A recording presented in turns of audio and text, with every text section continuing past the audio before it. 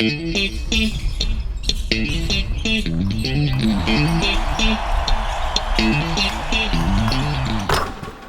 do you have your haircut?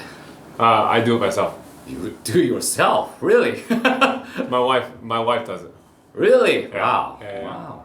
Yeah. Well, it was hard to get around. It's hard to find a good hair place every time we move, and we moved so many times in the last 5-6 years. So we just decided to do it by ourselves. How do you have your line like this? She does it. She does it? Really? Wow. Impressive wife, huh? Yeah. She learned from somewhere or? Well, I just learned when they cut it. Mm-hmm. I just picked up on what they do, and then I just teach her, and then she just like she just figures out how to do it. Really? Yeah, she's good. ちょっと今突然始まっちゃってますけども、ユトフ選手の髪型がいいなって言うから似てるよねって話をしたら、でどこで髪切ったのって話聞いたら、いや奥さんがやってくれてるんだよって話をねちょっとしてくれましたけども、改めましてシーホース三河がお届けするポッドキャスト、シーホースキャスト、略してシーキャス、シーホース三河ホームコート MC の小林拓一郎です。この番組では選手やチーム関係者を迎え、毎回テーマに沿ってトークとは一味違うリアルカンバセーションをお届けします。今日のゲストはこの方。Could you introduce yourself, please? Hey, I'm Jared Utah. Number 14. Number 14 for Sheeホース三河. Jared Utah 選手です。よろしくお願いいたします。お願いいたします。Thanks for coming to the show. Thank you for having me. Let's talk about when did you start playing basketball? Oh, I was probably 8 or 9. 8 or 9. Yep. Because you were a brother or? My older brother. Older brother. Yeah, my older brother is 13 years older than me. 13 years. Yeah. Wow. So he's the oldest. I'm the youngest, and so he took me under his wing, and he took me to a bunch of basketball camps to kind of initiate me and taught me a lot and got me started. Wow. バスケ始めたきっかけを聞いたら8歳か9歳ぐらいの時で、やっぱ兄弟の影響が大きくて、そのお兄さんがいたんですけど、一番上のお兄さんが13個上っていうことで、もう言ってみればその時ってもう大人ですよね。He's already an adult at that time, right? Yeah. 21. もう20歳、21歳のお兄さんが自分を連れ出してくれて、一緒にバスケットボールを一から教えてくれたということですけども、You only play basketball like other sports? I played all sports growing up. Baseball, football, basketball, track, you name it, I did it until I played pretty much all sports until sophomore year of high school. And then I just went to basketball. Why? Why did you choose basketball? Honestly, I was probably the best at it, and I like to do it the most. And then you were tall at the time? I gradually, steadily climbed. About 6'5" as a sophomore. Yeah. 大体アメリカっていうのは基本的に小さい頃からいろんなスポーツを経験するもんなんですけれども、それをちょっと今聞いてみたところ、やっぱりいろんなことやってたと。ベースボールもやったし、陸上もやったし、フットボールもやったし、でバスケットボールもやって、で高校2年生ぐらいまで全部やったんだけど、高校2年生の時にバスケットボールにフォーカスするようになったと。でなんでって聞いたら、やっぱ楽しかったし、自分がその中で一番うまくできたと思うしっていう。で背ももうその頃から高くなり始めていた頃だったので、バスケットボールを選んだというところですけれども。Then you chose basketball and then went to college. Yes. University of Wisconsin. Yes, I went to Wisconsin to begin with. I spent a year there and then it wasn't my fit. Didn't like it that much, and so I transferred to Iowa. And then I had to sit out another year, so I sat out 2 years in a row. Okay. And then I played 3 at Iowa. Okay.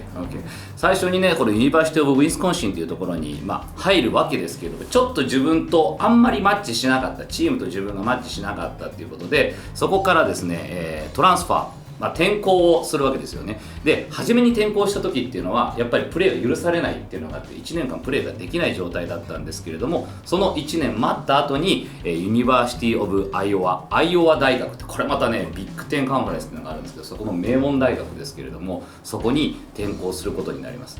でちょっとここでね、僕はねある記事を読んだんですよね。ユトフ選手と奥様のこの出会いっていうのがその最初の大学だったっていう。 I've read some article, you and your wife.You know the story. From Iowa? Wisconsin, you guys met? We met. Like met in the elevator. Yes, we did. Could you tell us a story?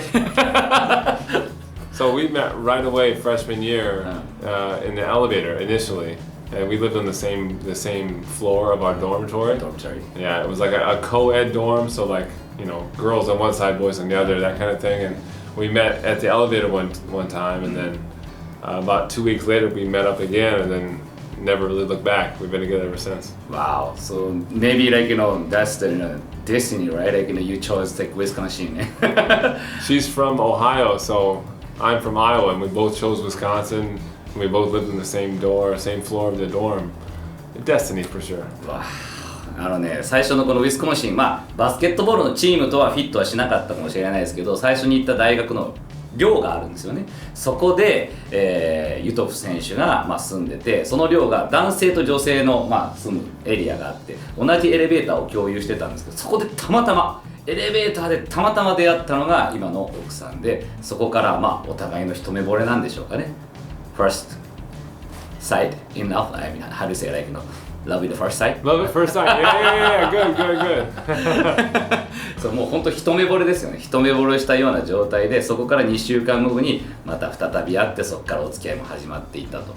で、ユトフ選手自身はアイオワ出身で、奥さんはオハイオ出身で、ウィスコンシンの大学で出会うっていうところで、これもまただからデスティニーじゃない、運命じゃないかって聞いたら、そうだね、そうやって言われれば運命かもしれないねっていう話だったんです。Then she stays in the University of Wisconsin, and then you transfer. So she golfed at Wisconsin. She was a golfer. So she stayed another year in Wisconsin and then decided to come golf at Iowa. Transferred to be with me. Yeah. Wow. 彼女も実はアスリートで、アスリートとして大学に行ってて、ゴルファーだったんですよね。で、ゴルファーでその大学でしたけども、ユトフ選手はアイオワで、まあ後には転校することになるらしいんですけれども、まあ、しばらくはちょっとこのいわゆる遠距離恋愛みたいなやつですかね。それをしてたっていうところですけど、You drive to the Wisconsin from Iowa. I've read the article, like, you know, like how many hours by driving? 3 hours. 3 hours, like every weekend. 3 hours one way and 3 hours back. And so I couldn't play my first year at Iowa when I was doing that. So any chance we got an off day, like I'd just take off and drive there, even if it was just for one day. Yeah. Wow, really? Even like one day trip? Wow. その最初のね、トランスファー転校した年のアイオワでも最初バスケットもできなかったから、まあなんかこうトレーニングないオフの時とかはもういつも彼女に会いに、だいたいこう片道3時間のドライブで行くわけですけど、時にはもう泊まることもなく、もう本当日帰りで会いに行くだけ行って、その日帰りでまた帰ってくるみたいなこともやってたっていう。Wow, that's, you know, great story. I really like it. I'm a lucky guy I found her. いや素敵だね。今なんか I'm a lucky guy.Fun heart. 自分は彼女という人間に出会えて本当にラッキーな人間なんだと、これをさらっと言えるっていうのは素晴らしいなって思います。And you got a baby, right? Yes, just born December 1st. Wow. Yeah. What's her or him? Her, Tatiana. Tatiana. Wow. Tatiana, Utah.実はですね、12月1日にユトフ選手、赤ちゃんが生まれたんです。おめでとうございます。Congratulations. Thank you. で、娘さんらしいですけど、タチアナっていう名前で、はい、可愛いでしょうね。これだけのね、すごいこのラブストーリーのね、末に結婚もされて、そして愛娘もできてっていうところですけども。So you gotta be a dad. You are a dad right now. So. Yes. I'm very excited. Yeah. It's a big adjustment, big life change, but my wife and I are thrilled with a little baby. Then you're a basketball player and she's a golfer and then maybe, I don't know. Maybe athletic? Yeah, athletic. Yeah. She got big hands and big feet. So really? Already? Yeah. いやね、ユトフ選手がバスケットボール選手で彼女がゴルファーなんで、もう彼女も相当運動神経も良くなるんじゃないかっていうので、あ、そうかもねっていうので、もうすでに手と足は大きいよっていうね話をされてましたけど、素晴らしいですね。そしてそのアイオワ、ユニバーシティオブアイオワに、移ってからちょうど1年空いて、その後にプレーが始まるわけですけれども、ここでもうすでに結果を出していきます。で、Teams Newcomer Award、その新しく来た人に与えられる賞っていうのも彼は受賞してるんですけど、もう一つ特筆すべきはこれですよね。Academic All Big Ten NABC Academic Honors Called Honorary. So you study hard too, huh? That means Say it again? You study hard. Study hard, yeah. I took academics serious. Growing What did up, you study?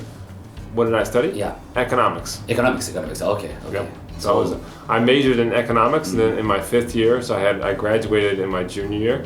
I had one more year, and I started my sports management master's. Wow, master's! You got a master's too? No, I'm like 6 or 9 hours away. Okay, so you still trying to get it? I will eventually one day. I'll go back and get it. すごい。これどこから説明しようかな。実はこのアカデミックナワリーっていうのはすごいけど、勉強頑張った人に与えられる、いわゆる日本でいうと文武両道ですよね。スポーツも頑張って、勉強も頑張ってっていうところなんですけど、大体なんでしょうね、スポーツ推薦で、バスケットボールのチームに入っていって方ってなかなかチーム練習も激しくて勉強する時間ってなかなか取れなかったりもするんですけど、そんな中でも勉強もめちゃくちゃ頑張って、で今何勉強してたのって言ったらエコノミクス、経済学っていうのを勉強してて、でアメリカって早く単位を取ってしまえばすぐにも卒業できてしまうんですけど、もうすでにジュニアイヤー3年生の時にはそのエコノミクスを終えてたと。でその後にもう違うメジャー専攻でスポーツマネージメントっていうものも勉強をするっていうことで、実は今これがマスター大学院生の、資格をもうちょっとで取れるところで、あと数時間講義を受けたら取れるところで、そこからもうちょっと止まっちゃってるんだけど、いつかまたそれもね続けて取ればマスターも取れるから、エコノミクスとそのスポーツマネージメントっていうところでその資格取得っていうのがあって、今後のキャリアにももしかしたら自分的にも生かしていくかもしれないっていうところですけど。Wow, so you play hard, you study hard. Did you sleep that time? No. My wife and I look back and it's crazy how we got through that and how collegiate athletes do what they do, because it's very demanding. That's right. And how many hours you practice basketball? I don't even know. I mean, in college, I was always in the gym. Always in the gym, right? Yeah, and then I was studying too, right? And then studying, and it was a huge load. Because I understand, I was in Oregon State, so it was so hard to study. I'm not an athlete, but still hard. For sure, yeah, absolutely. Yeah. 僕自身も実は留学体験があるのでちょっとすごく分かるんですけど、僕自身はアスリートでも何でもないから普通に学生として勉強してただけなんですけど、めちゃくちゃ大変なんですよ勉強が。もう普通に考えて1日 5,6 時間ぐらい勉強しなきゃいけないのが当たり前なんだけど、プラスアルファでユトフ選手もその奥様もアスリートでその練習もしなきゃいけない、体も鍛えなきゃいけない。だから今も大学時代はずっとジムにいたよって話してましたけども、ジムにいながら勉強もめちゃくちゃ頑張ってっていう。で奥さんと振り返ると、ようあんな日々を過ごせたねって今でもやっぱり言うぐらいかなりタフな日々を過ごされたということですけれども、そんな中でしっかりとこのバスケットボールで結果を出していくんですけれども、ちょっとこれ気になるのが、だんだんやっぱ大学で結果が出てくると、いよいよ将来的にプロフェッショナルとか NBA っていうのが視野に入ってくると思うんですけど、そのあたりは何歳ぐらいから意識してたのかちょっと聞いてみたいと思いますけど。When did you start thinking about being a professional? When? Probably, I don't even know. Probably sometime mid college. Mid college. Yeah, so maybe sophomore, junior year, started thinking about it. Until that time, you never thought about it? I mean, it was always in the back of my mind. My back of my mind was always like, oh, I can make it to the NBA. I can play at the highest level, and just wanted to get there. But starting to realize that I could do it, it was sophomore, junior year, high school, college, and then senior year. I was pretty sure. 今ちょっと聞いたら、だいたい大学のそうだね3年生2年生終わりから3年生ぐらいかなみたいな話をされてましたけど、それまで考えなかったのって聞いたら、もちろんね NBA 選手になるとかっていうことはどっかの心の中にはどっかにはあったけれど、本当にこれいけるかもって思い出したのは大学2年生3年生ぐらいの時だっていうところですけども。 Did you have any favorite player? Dirk Nowitzki. すげえ。Kyle said the same thing. Did you really? Tay said the same thing. No way! No way! That's why I laughed. Everybody. I didn't realize that. I'm gonna have to talk to them about that. Yeah. That's Their favorite player is Dirk Nowitzki. Very interesting. That's why Tay is turn around fadeaway shot. Oh yeah. He said he learned from Dirk Nowitzki, That's so interesting. Yeah, and Tay said his second favorite player is Jason Williams. Really? Yeah. Yeah. Williams was good. Yeah. And your favorite team was Dallas? Maybe? No? Yeah, I mean, I didn't really have a favorite team, to be honest. You know, I like Kevin Garnett and the Timberwolves too. But then probably the Mavs. I didn't follow a particular team. Okay. いや、面白い。今、その時、例えば好きな選手いたのっていう話を聞いたんですけど、まさかのダーク・ノビツキーとこれも3人連続ですからね。テイも言ってたし、カイルも言ってて、でユト選手も今ダーク・ノビツキーってみんなその選手が好きだっていう、これはちょっとね驚きですけれども、で今その話をしたら、そうなのって、それは知らなかったと。ユト選手も例えばテイがそのダーク・ノビツキーが好きだっていうことも知らなかった。ちょっと話さなきゃいけないよそのことはっていう話をしてましたけど、じゃあそのダーク・ノビツキーっていう選手はダラス・マーベリックスっていうチームの中心選手なんで、ダラス好きだったのって聞いたら、いやそんなことはない、別にどっかのチーム、特定のチームを好きってことはなかったけれども、ダーク・ノビツキー、あとはケビン・ガーネットっていう当時同じポジション、4番ポジションですよね、パワーフォワードのもう一人有名な選手がいるんですけど、この2人のことが、好きだったかなっていう話をしてましたけど、Wow, ダーク・ノビツキー。Wow. Then you made it right after the college.When you got a summer, you joined the summer league. Yeah. Like how many teams ask you to join the summer league? Quite a few. I mean, coming out, it's a pre-draft process. I had a lot of workouts and a lot of team interest, but ultimately decided with the Kings because Kings. I think so. Yeah, because they showed the most interest, but.Yeah, I mean, quite a few teams were interested. Then you joined the Raptors 905? Yeah, Raptors. I went to training camp with the Raptors, and then got cut and went to their G League team with 905. I was there for maybe a couple months, and then I got traded to the Pacers G League team. Okay. And I was there for about a month, and then I got called up by Dallas, and then signed for the rest of the year to Dallas. Wow. Yeah. Wow. 今このちょっとキャリアを見てみると、卒業後に、サマーリーグに参加するんだけど、そんなに多くのチームからオファーを受けたわけではないんだけど、確かキングスだったと思うんだけど、キングスに行ったと。でそこで、やりながら、そこの後にラプターズが持ってる、当時はまだ D リーグですね、G リーグじゃなくて D リーグのラプターズ945っていうチームがあるんですけど、そこと契約をすることになったんですが、その途中、シーズン途中にペイサーズが持ってるまたこの D リーグのチームと契約をすることになって、そのシーズンの最後の方でダラス・マーベリックスと契約をすると。10-day contract, right? 10-day contract, and I got assigned for another 10-day, and then signed for the rest of the year. Oh, okay. Yeah. Then now, so that time you became an NBA player, right? Yeah. How was it? How did you feel? It was surreal.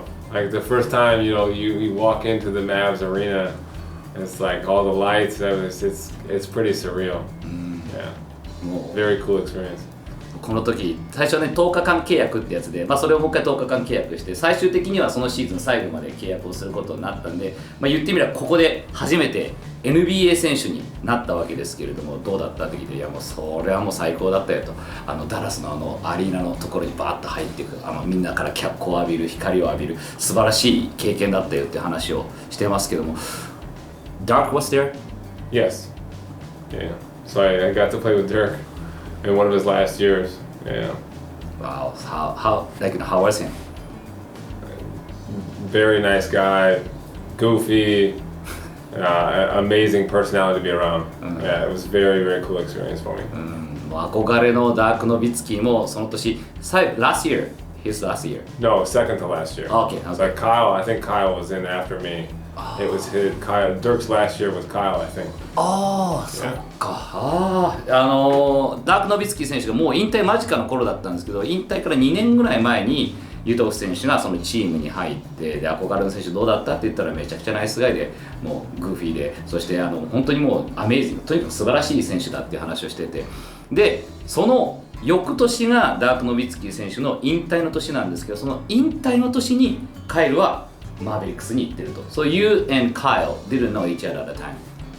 We actually went coming out of college, there's this thing called like pre-draft. Before you get drafted, you try to showcase yourself. Well, we actually ended up in Las Vegas at the same workout place. Oh. So we crossed paths there, and then we crossed paths several times throughout our professional journeys before, and then obviously ended up on the same team here. Wow. So did you guys know each other at that time? And then did you talk? Like Hi. Know of each other, Okay. you know, that kind of thing. But yeah, it's crazy that I was in Dallas. He actually went to training camp Dallas my year, our rookie year, and then the next year he got signed. Yeah, it's crazy how our paths have crossed. Right. Yeah.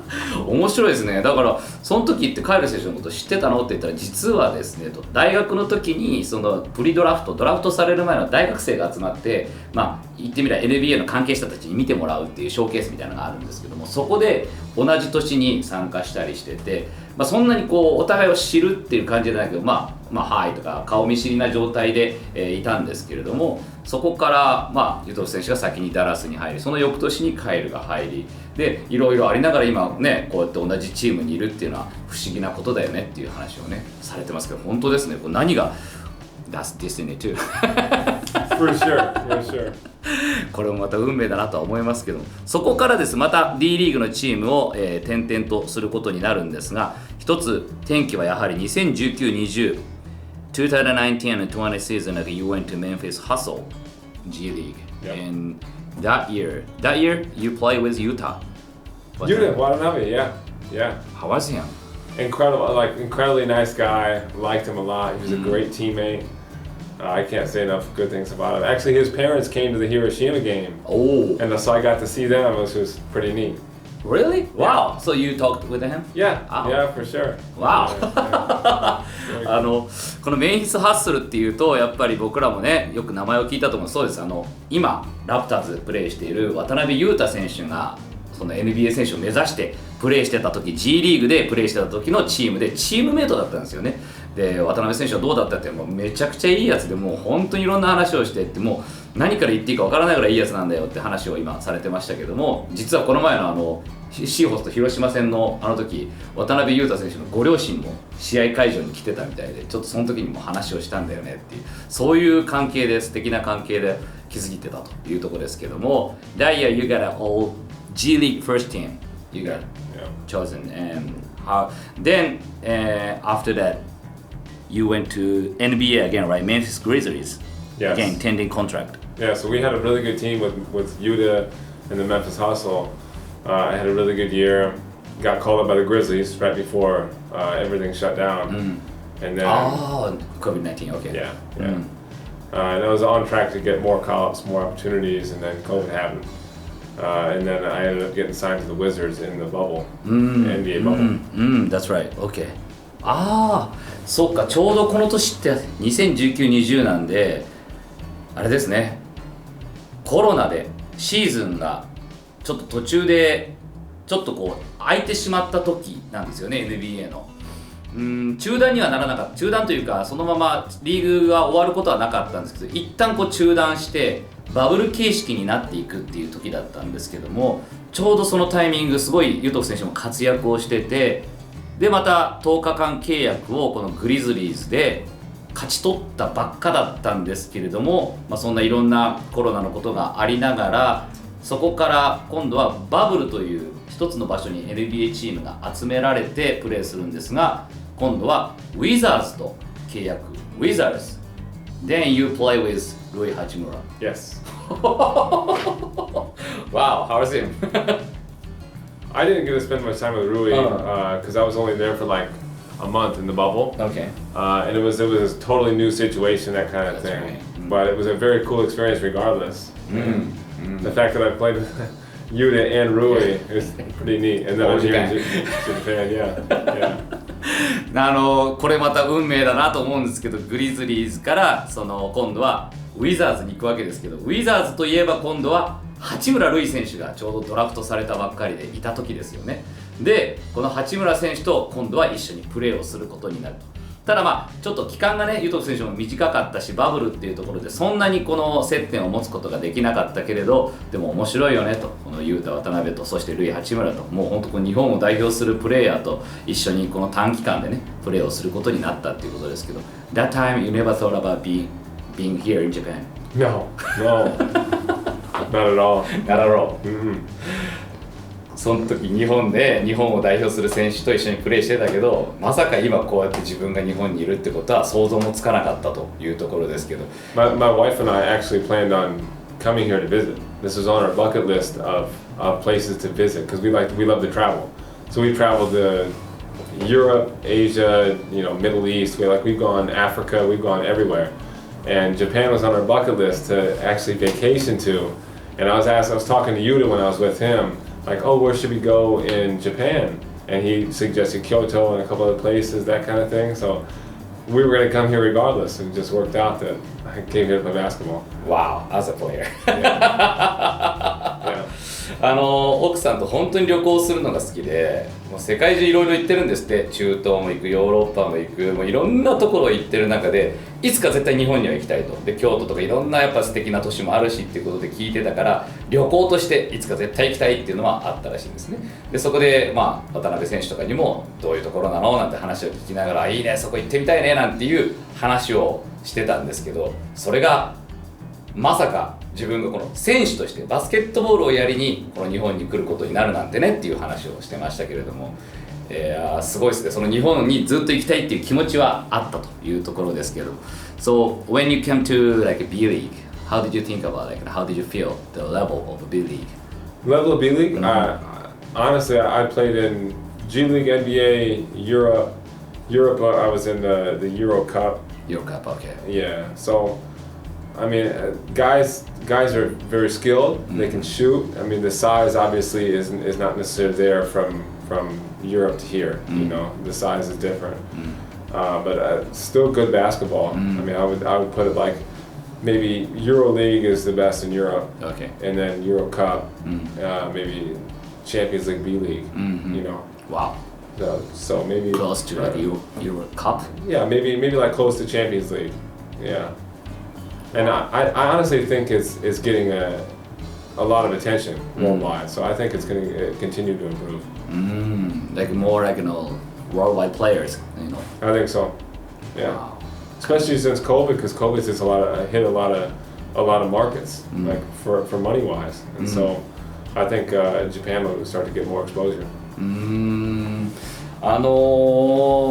今話聞いてて B リーグの印象というかレベルどう思うって話を聞いたんですけど彼自身 NBA、G リーグそしてユーロカップいろんなことを経験してきてるんですけれども、もちろんねこの NBA はトップにはあるんですがユーロカップっていうところでプレーした時のチャンピオンチームとかと比べても、もちろんサイズの問題とかっていうのは、ちょっと出てくるけれどスキルで言ったら、シュートもみんなうまいし、ハンドリングもできるしっていうところでそこで言うとそんなにレベルが違わないんじゃないかとかなりレベルの高いところで競い合えるようなところになってきてるんじゃないかとでさらに今いろんな人たちがちょっとこの B リーグっていう、一つのこのマーケットとして捉えた時にここっていいところじゃないかっていうところで、これってこの前シェーン選手もね言ってましたけど B リーグってすごい今その世界中にいるバスケットボールプレーヤーからもちょっと注目を浴びているような感じになってきてるのでもっともっと高いレベルの選手がこれから日本にやってくることになるかもしれないということですけど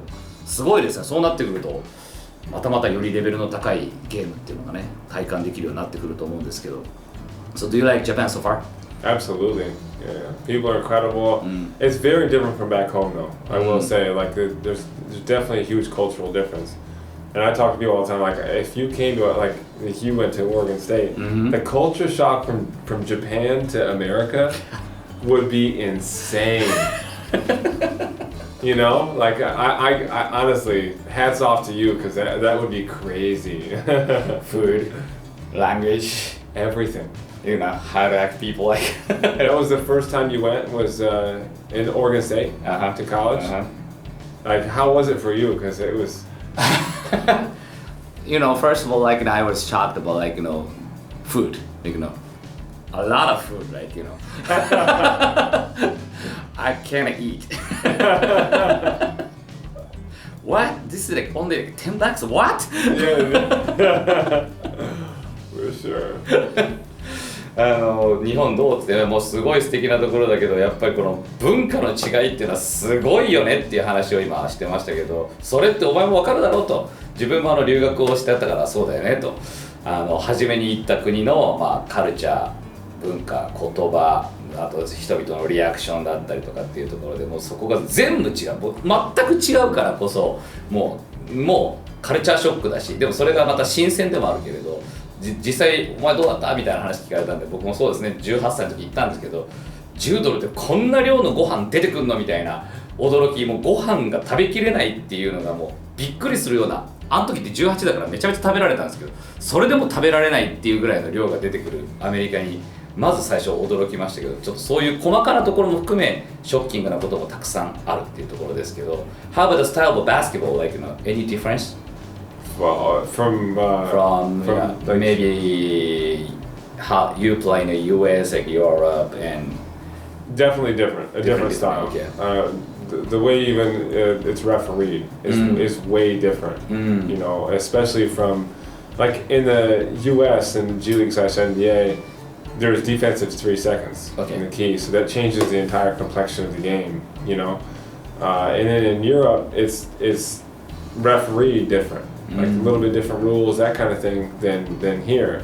So each place you go has its own kind of system, and you got to figure it out a little bit different. So now you're trying to get used to. Yeah.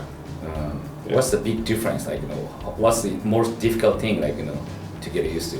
Most difficult thing, I mean, apart from being in a different country and getting used to everything there, having like having a baby, and apart from all that, in terms of basketball, I think the biggest thing is like they allow kind of hip checks and they don't call a lot of the fouls and kind of inconsistencies of that, and trying to get a feel for how they call games, and trying to figure out how to be successful in that. So hip check is a foul in the US. Yeah, you can't do that. But sometimes they call here, sometimes they don't. Like a lot of times they allow it. Yeah, I'd say that's the biggest difference, especially from my experience playing in Europe as well. Europe and Yeah.